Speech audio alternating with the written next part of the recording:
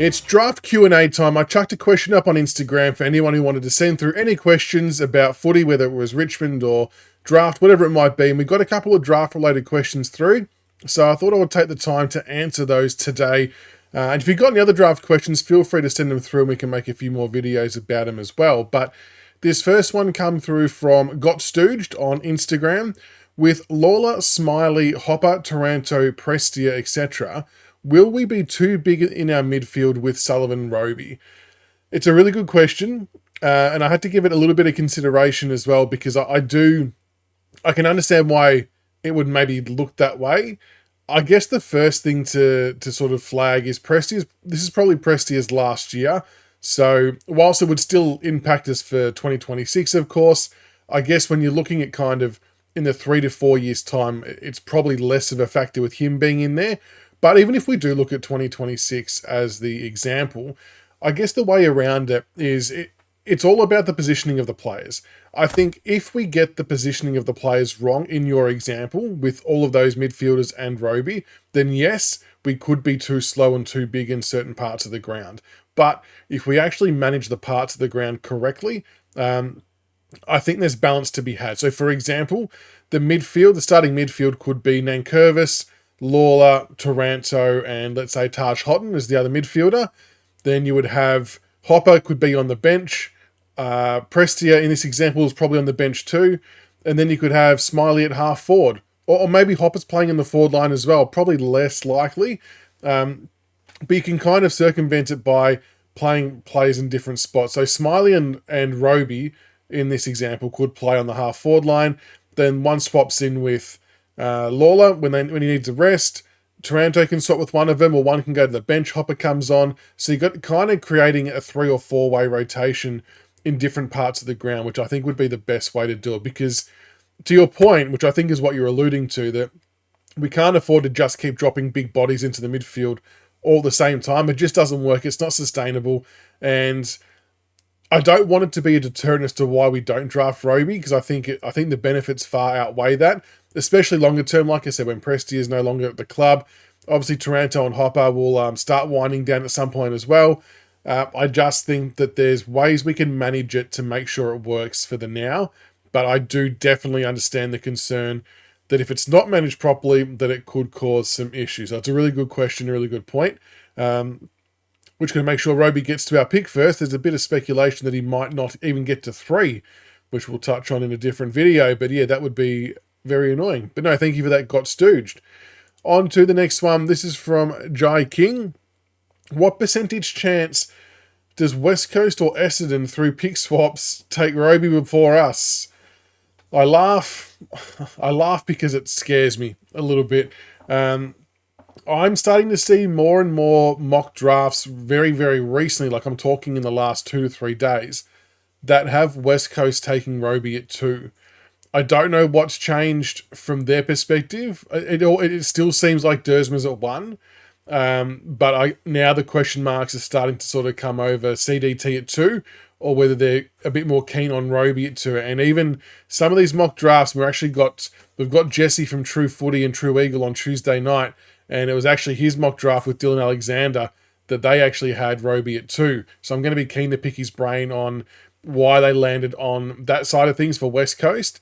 But yeah, there is a chance, absolutely. And Essendon have been into Roby for a while, as have Melbourne, who are now, I guess, in a prime spot to trade up given their moves with the Gold Coast. If Melbourne trade up for our pick 3, or they try and target our pick 3, I would be reasonably convinced that it would be to get Sullivan Roby. West Coast obviously have the first 2 picks, so it's kind of on them what they do. It seems like Dersma's a lock at 1. But now, yeah, there's a fleeting train of thought that maybe Roby's at 2, and that would leave CDT available for us at 3, or Dyson Sharp, or Grill coming.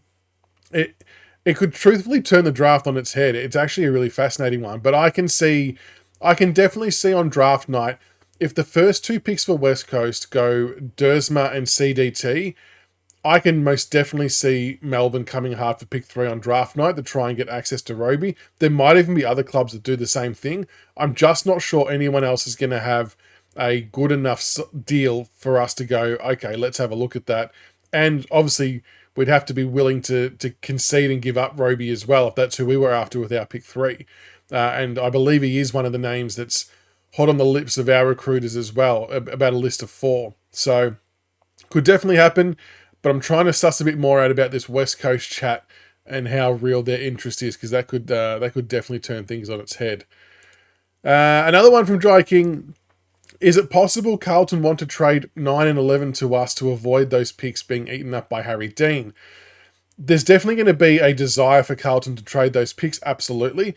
That Harry Dean bid could potentially come in the top 7. He's highly, highly rated, and I've seen a lot of mock drafts where that bid's happened anywhere between 5 and even 8.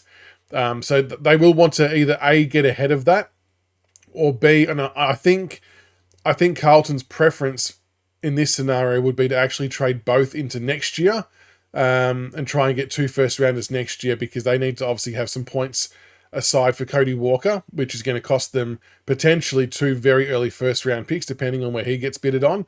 The problem is, though, I don't think there's many clubs that are willing to trade out of next year into this year in the first round. I don't think it's that type of draft where teams are going to do that. Maybe they're going to split these picks. By that I mean, maybe one of these picks they'll trade into next year with someone, and maybe the other one they'll trade for this year. I just don't know how that would then relate to us, because the reality is, if they were going to trade one of those picks to us for pick 4, for example, I mean, they're going to have to throw in something else like their future first rounder to even make us consider that, and then that would kind of be counterproductive for them because of what they need for next year. So it's actually a real head scratcher, because they're sort of in a predicament in some ways because of what they need for next year and what's available for them for now.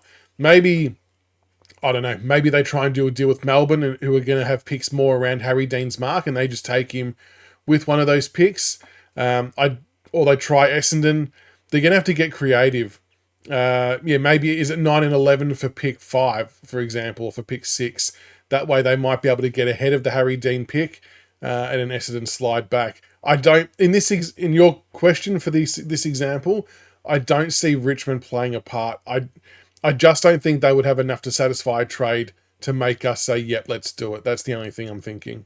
But I do think they will have to trade it. So, but yeah, some very interesting questions coming through on Draftstar. So make sure if you do have any draft questions, shoot them through on Instagram or Twitter or whatever. Keep an eye out for the Q&A link. And I'm sure there's going to be plenty more hypotheticals pop up around draft time. It's always fun to try and work through all these things.